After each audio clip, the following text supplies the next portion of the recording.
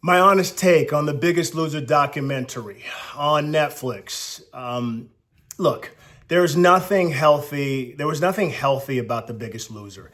Anytime that you put someone on a 500, 600, 800 calorie a day diet, having them train and exercise for 6 to 8 hours a day, having them do workouts that they physically can't do, pushing their body beyond what they physically can do, it's a recipe for unhealthy disaster.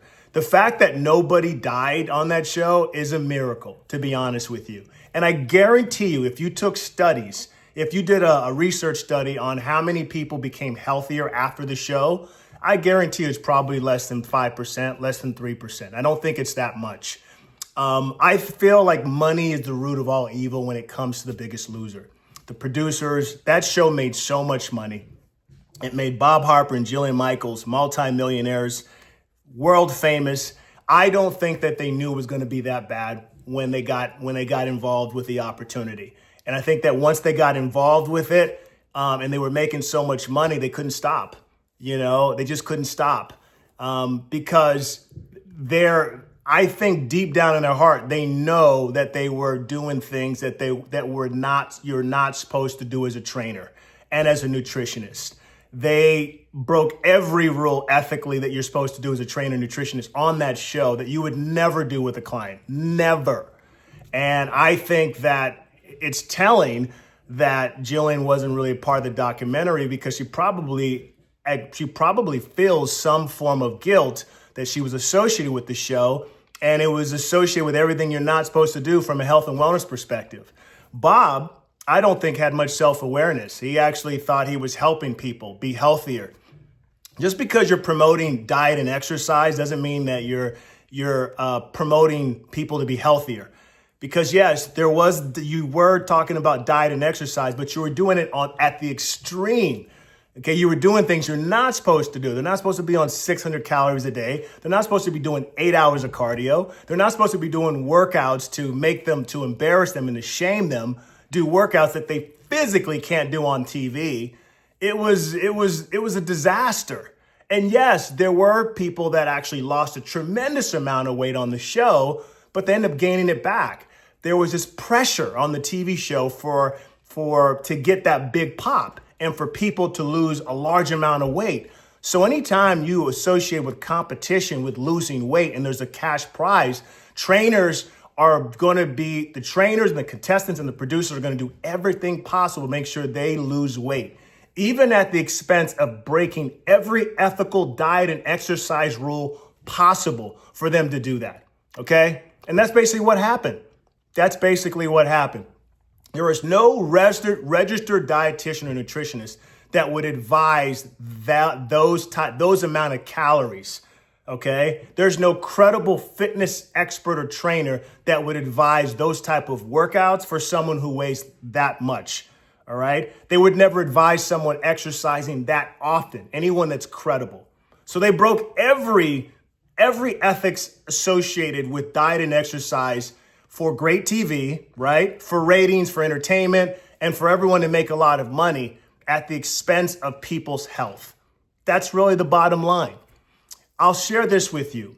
Money is the root of all evil. Why do I say this? Because if you take two trainers off the street, no one knows who you are, you're unknown, we're saying, we're going to make you millionaires. We're going to make you famous. We're going to put you on magazine covers.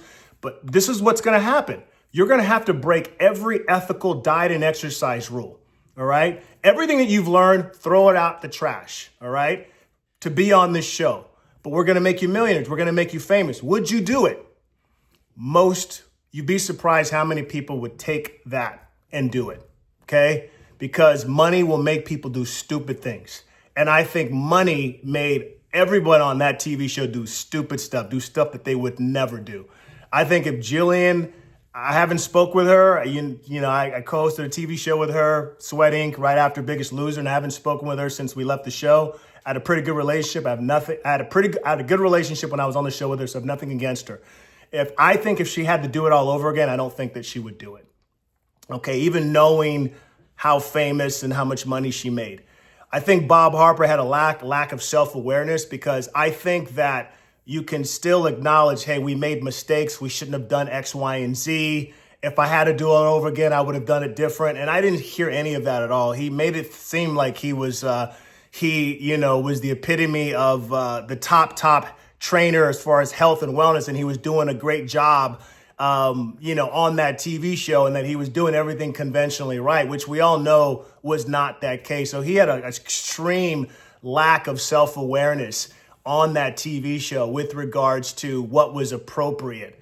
But like I said, I think money is the root of all evil, and everyone made a lot of money, but it was really at the expense of others' people's health.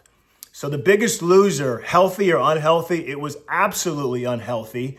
And anytime that you have a form of a competition and the pressure and the stress of having people to lose weight, and you pushing in the envelope, and you're doing everything possible and breaking every rule, every ethic for them to lose the weight, it's going to be a recipe for unhealthy disaster. And you're going to be doing things that you should never do just to help someone lose a large amount of weight for TV, for ratings, for viewers. So the moral of the story is that The Biggest Loser did not help people. It made a lot of money, but it didn't help people at all. And every trainer that was on that show that was associated with that has to look themselves in the mirror and say, did we actually help people or did we not? And I guarantee you, if they're honest with themselves, they would say, no, we made a lot of mistakes. We shouldn't have done that. That's not how you would train someone. That's not how you would put someone on a respectable, honest diet nutritional program to help them lose weight and keep it off and make them healthier.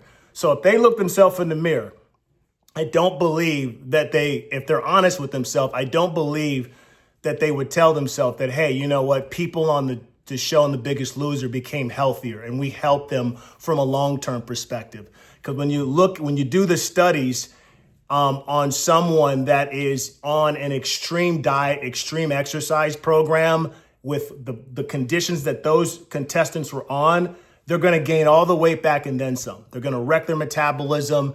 And it's going to be very difficult for them to get their metabolism back to a normal set point.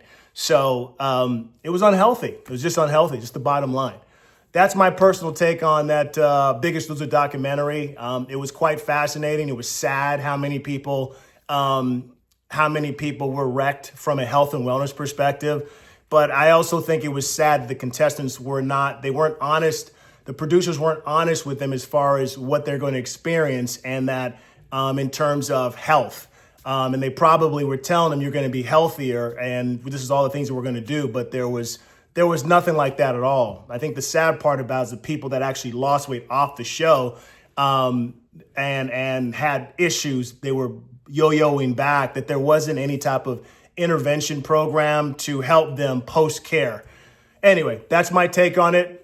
On The Biggest Loser, unhealthy.